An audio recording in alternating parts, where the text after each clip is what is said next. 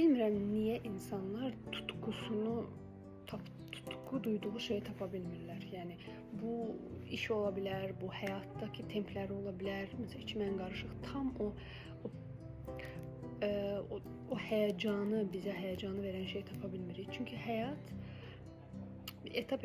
etap arzuların daha da böyüdüyü bir sferadır məncə və həyat bunu tələb edir. Həyat bura çıxdın, burada çıxmaq istə, bunu da istə, bunu da istə, bunu da və insanı yaşadan və böyüdən əslində onun arzularıdır məncə.